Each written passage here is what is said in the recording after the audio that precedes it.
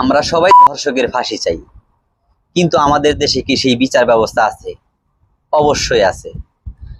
আপনি ধর্ষকের শাস্তি মৃত্যুদণ্ড জনসম্মুখে মাত্র ৩-৪টা দিয়ে দেখেন, ধর্ষণ তো দূরের কথা, কোনো মেয়ের দিকে চোখ তুলে তাকাতে পারবে না কোনো কুলাঙ্গারের বাচ্চারা।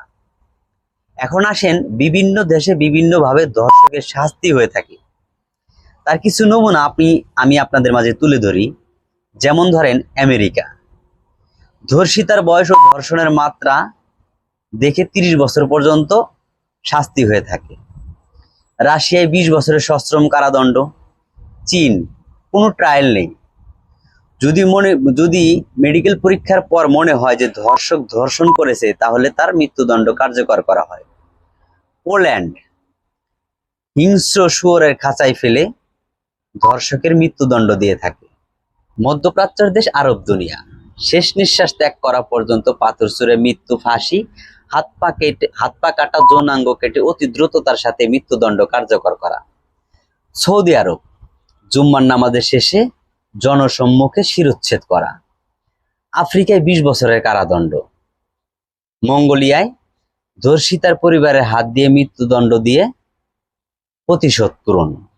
নেদারল্যান্ডে ভিন্ন ভিন্নভাবে সাজা। আফগানিস্তানে ৪ দিনের ভিতরে গুলি করে হত্যা এবং মালয়েশিয়ায় মৃত্যুদণ্ড।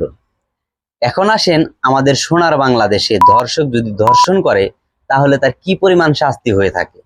প্রথমত, প্রতিবাদ, ধর্ণা, তদন্ত, কয়েক সদস্য বিশিষ্ট তদন্ত কমিটি গঠন, সমঝোতার চেষ্টা, ঘুষ দেওয়া প্রভাবশালীদের লোক ধমক চমক, মেয়েটির চরিত্র নিয়ে গবেষণা, মেয়েটি বোরকা পরেছিল কিনা, সংবাদ মাধ্যমে আলোচনার আসর, রাজনীতিকরণ, জাতি নির্ধারণ, জামিন, ফের ধর্ষণ, অবশেষে মেয়েটির আত্মহত্যা।